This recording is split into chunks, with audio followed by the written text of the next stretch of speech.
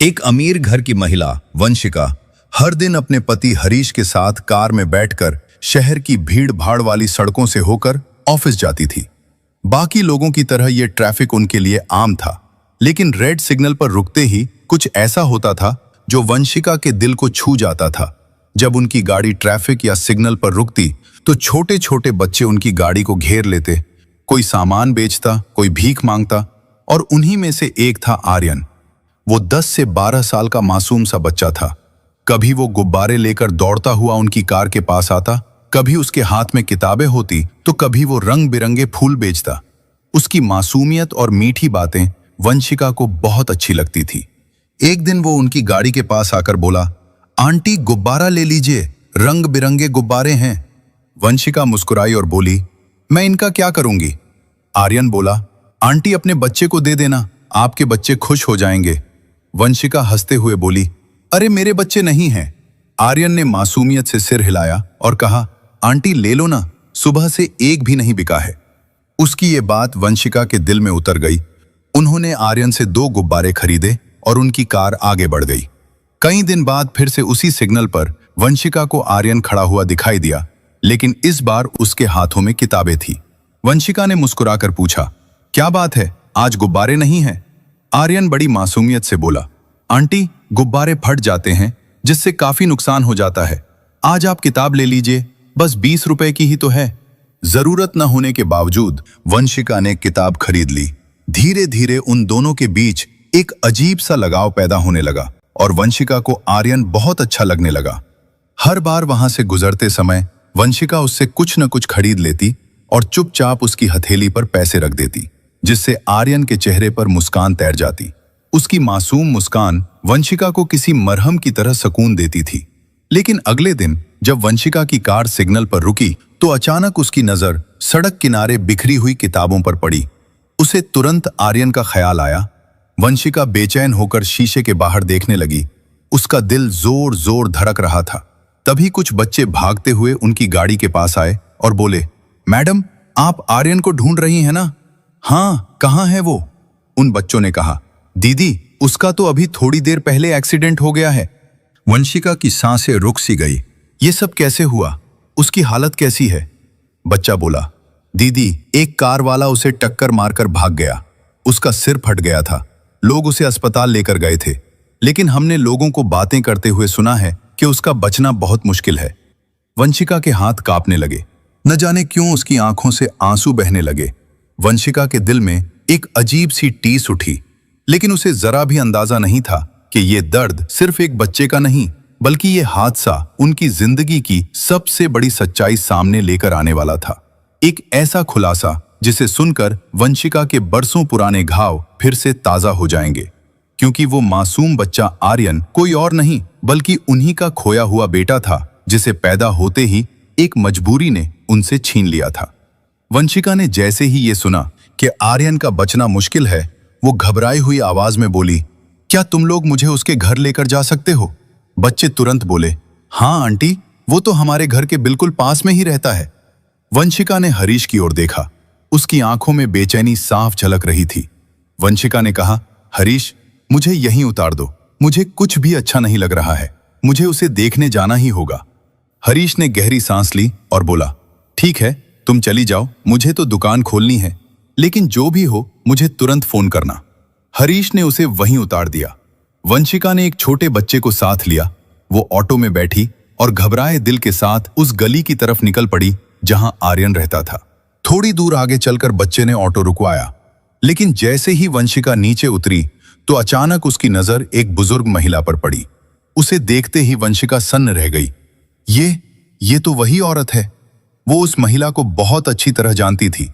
बुजुर्ग महिला भी वंशिका को देखते ही ठिठक गई और अगले ही पल फूट फूट कर रोने लगी। वो कांपती आवाज में बोली, मैं तेरे बेटे को बचा नहीं पाई। वंशिका के पैरों तले जमीन खिसक गई। क्या वो मेरा बेटा आर्यन था? बुजुर्ग महिला ने आंसू पोंछते हुए कहा, हाँ वही तेरा आर्यन था। बस इतना सुनना था। वंशिका ने दहाड़े मारकर रोना शुरू कर दिया। मैं कितनी अभागन हूं, बरसों बाद मेरा बच्चा मेरे सामने खड़ा था और मैं उसे पहचान भी न सकी। वंशिका रोते रोते बोली, वो कहाँ है? अब कैसी हालत है उसकी? मुझे उसे देखना है। गली में वंशिका के रोने की आवाज सुनकर मोहल्ले की औरतें भी इकट्ठी होने लगी। एक ने पूछा, ये कौन है? ये इतनी बेचैन क्यों है? आर्यन की दादी ने आंसू पोंछते हुए कहा, अरे यही तो उसकी असली माँ है। ये सुनते ही गली में सन्नाटा छा गया। किसी को भी यकीन नहीं हो रहा था कि इतनी अमीर औरत का बच्चा इस हालत में कैसे जी रहा था। वंशिका रो रो कर पुकार रही थी, आर्यन, मेरा बच्चा आर्यन। उसकी दर्द भरी पुकार से पूरा मोहल्ला गूंज रहा था। आर्यन और वंशिका की इस सच्चाई को समझने के लिए हमें समय में थोड़ा पीछे जाना पड़ेगा।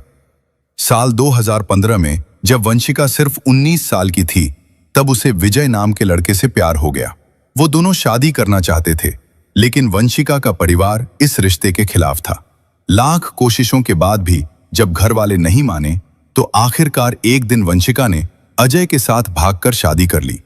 वो दोनों उसी शहर में एक छोटा सा किराए का घर लेकर रहने लगे।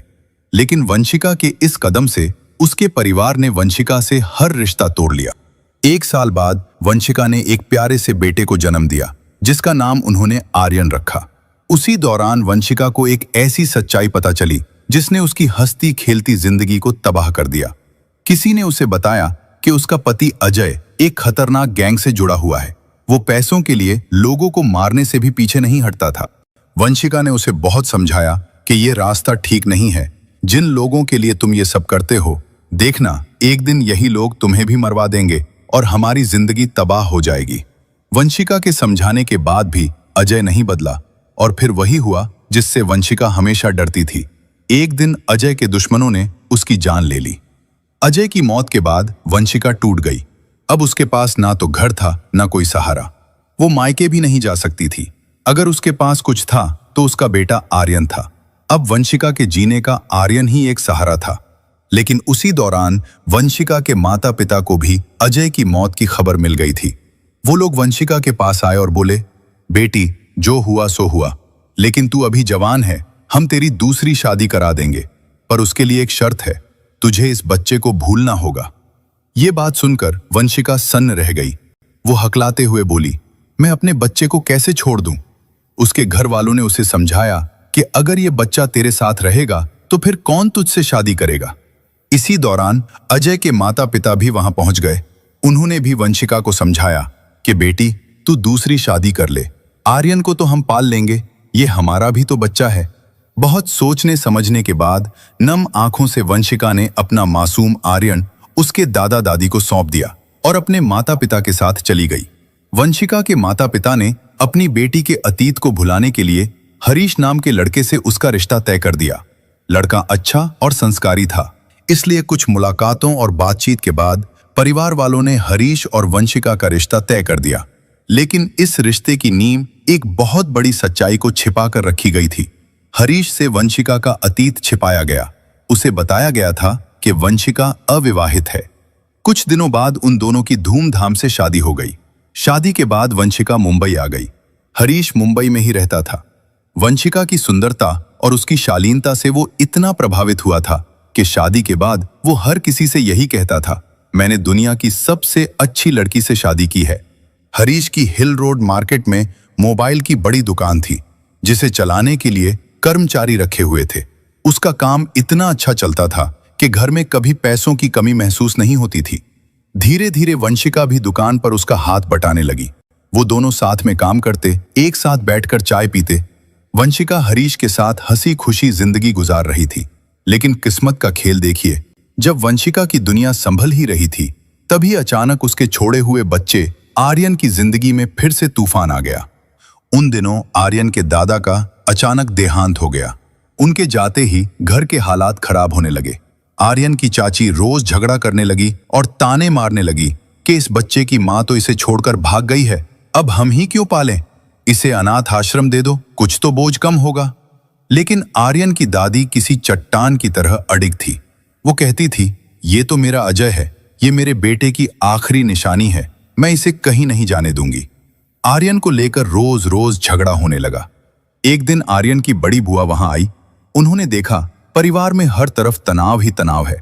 बुआ ने दादी से कहा, माँ जी, अगर घर में इतना झगड़ा हो रहा है तो आप आर्यन को मुझे दे दो। मेरे 2 बेटे हैं, मैं इसे भी अपने साथ मुंबई ले जाऊंगी। दादी ने तुरंत ना में सिर हिलाया और कहा, नहीं, मैं किसी पर भरोसा नहीं कर सकती। जब तक मैं जिंदा हूं ये मेरे साथ ही रहेगा। बुआ ने समझाया कि ठीक है माँ जी, आप भी मेरे साथ चलिए। इस तरह आर्यन अपनी दादी के साथ मुंबई आ गया। समय बीतता गया। आर्यन अब 10 साल का हो चुका था। वो थोड़ा शरारती हो गया था और दुनिया को अपने ढंग से समझने की कोशिश कर रहा था। एक दिन उसने देखा उसकी उम्र के बच्चे रोज पैसे लेकर घर लौटते हैं। आर्यन ने उनसे पूछा, तुम पैसे कहां से लाते हो?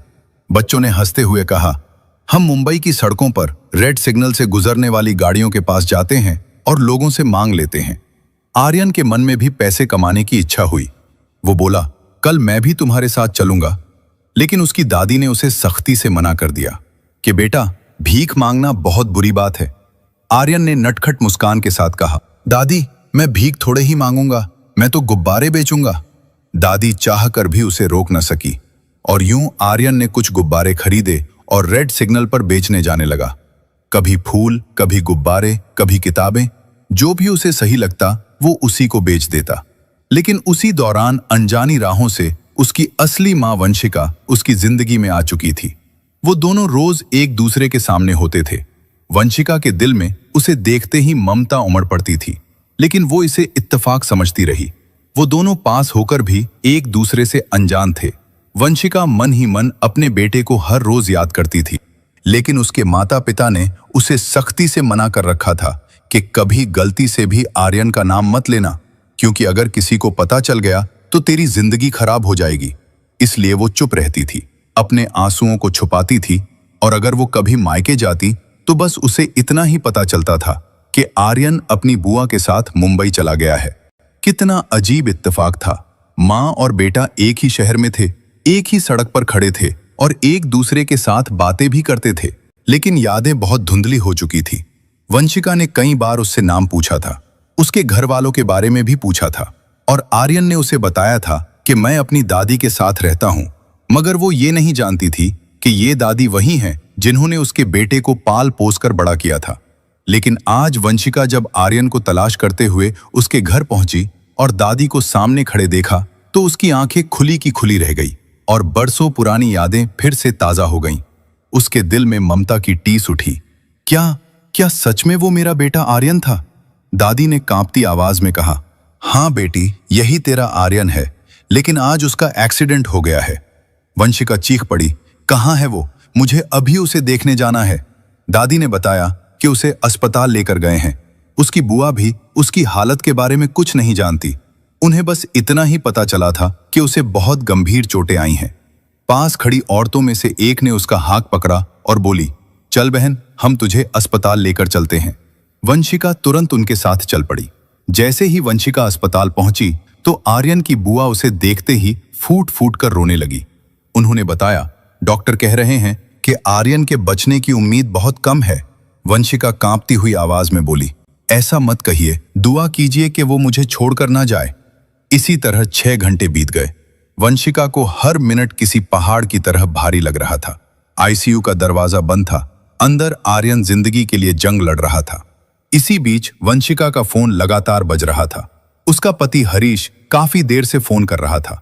आखिरकार वंशिका ने फोन उठाया और कांपती आवाज में कहा, हरीश, उस बच्चे के बचने की कोई उम्मीद नहीं है। मुझे माफ करना, मैं आज नहीं आ पाऊंगी। हरीश हैरान था। उसने पूछा, क्या तुम अस्पताल पहुंच गई हो? और ये कैसी बात कर रही हो तुम? उसके माँ बाप है ना वहां पर, वो लोग सब संभाल लेंगे। अब वंशिका उसे कैसे बताती कि जिस लड़के को वो पराया समझ रहा है वो वंशिका का अपना बेटा है, जिसे उसने आज तक दुनिया से छुपाए रखा था। उसने बस इतना कहा, हरीश, मैं अभी फोन पर बात नहीं कर सकती। इसके बाद वंशिका ने फोन बंद कर दिया। कुछ देर बाद एक डॉक्टर बाहर आया। उसके चेहरे से थकान और चिंता झलक रही थी। वंशिका ने डॉक्टर से पूछा, डॉक्टर साहब, मेरा बेटा कैसा है अब? डॉक्टर ने कहा, अगर मरीज को 72 घंटे में होश आ गया तो वो धीरे धीरे ठीक हो सकता है, वरना कुछ कहना मुश्किल है। वो 3 दिन वंशिका के लिए 3 साल के बराबर थे। और फिर तीसरे दिन शाम को डॉक्टर ने मुस्कुराते हुए कहा, लड़के को होश आ गया है, अब आप लोग मिल सकते हैं। ये खबर सुनते ही वो सब एक दूसरे को गले लगाकर रो पड़े। वंशिका दौड़ती हुई अंदर गई। आर्यन की आंखें आधी खुली थीं। वो धीमी आवाज में बोला, आंटी, आप आ गईं? वंशिका ने उसे प्यार भरी नजरों से देखा। वो उसके सिर पर हाथ फेरते हुए बोली, बेटा, मैं आंटी नहीं हूं, मैं तुम्हारी मां हूं। उसने आर्यन को सीने से लगा लिया और बरसों का दर्द, इंतजार और प्यार सब आंसुओं में बह गया। डॉक्टर ने वंशिका को समझाया कि बच्चे के साथ ज्यादा बात न करे, इसे अभी आराम करने दो। पिछले 3 दिनों से वंशिका ने हरीश को फोन नहीं किया था, उसका मोबाइल भी बंद था। उधर हरीश वंशिका की चिंता में परेशान था। आखिर वो भी आर्यन के घर पहुंच गया और वहां हरीश को वंशिका की असल सच्चाई का पता चल गया। वो तुरंत अस्पताल पहुंचा। उसने गुस्से से बोला, तुम लोगों ने मेरे साथ धोखा किया है, आज से हमारा रिश्ता यहीं पर खत्म होता है। वंशिका चुपचाप सब सुनती रही। भला उसके पास अब बचा ही क्या था सिवाय आर्यन के। और अब वंशिका आर्यन को दोबारा नहीं खोना चाहती थी। 1 हफ्ते बाद आर्यन घर आ गया। वंशिका उसकी देखभाल करती रही। जब उसने हरीश को फोन किया तो उसने फोन ही नहीं उठाया। लेकिन 10 दिन बाद अचानक हरीश अपने घर वालों के साथ आर्यन के घर पहुंचा। वंशिका उन्हें देखकर रो पड़ी। उसकी सास ने उसे गले लगाया और बोली, बेटी मत रो, चलो घर चलते हैं। ये सुनते ही वंशिका घबराकर पीछे हट गई। मैं अपने बेटे को छोड़कर कहीं नहीं जाऊंगी। सास मुस्कुराई, किसने कहा है तुम उसे छोड़कर जाओ, बल्कि तुम्हारा बेटा, उसकी दादी, हम सब साथ चलेंगे। हरीश बहुत देर बाद आगे आकर बोला, चलो वंशिका, मैं भी तुम्हारे बिना नहीं रह सकता। और इस तरह जो परिवार टूट चुका था वो फिर से एक हो गया। उस वक्त वंशिका 2 महीने की गर्भवती थी। समय आने पर उसने एक प्यारे से बेटे को जन्म दिया। कुछ साल बाद उनकी एक बेटी हुई। अब वंशिका, आर्यन और उसके छोटे भाई बहन सब एक साथ एक खुशहाल जिंदगी गुजार रहे हैं। ये कहानी हमें सिखाती है कि जिंदगी में चाहे कितना भी प्यार क्यों न मिले, माँ बाप से बढ़कर कोई सहारा नहीं होता। माँ की ममता और बाप की मेहनत के बिना किसी भी रिश्ते का अस्तित्व अधूरा रहता है। इसलिए ऐसा कदम मत उठाओ जो तुम्हारे सुख के बदले तुम्हारे माता पिता की आंखों में जिंदगी भर के लिए आंसू लिख दे। दोस्तों, अगर कहानी पसंद आई हो तो इसे लाइक और शेयर करें। ऐसी ही दिलचस्प कहानियों के लिए हमारे चैनल को सब्सक्राइब जरूर करें। यह कहानी पूरी तरह काल्पनिक है। ये सिर्फ और सिर्फ मनोरंजन और सीख के उद्देश्य से बनाई गई है। किसी भी असल घटना या व्यक्ति से इसका कोई संबंध नहीं है।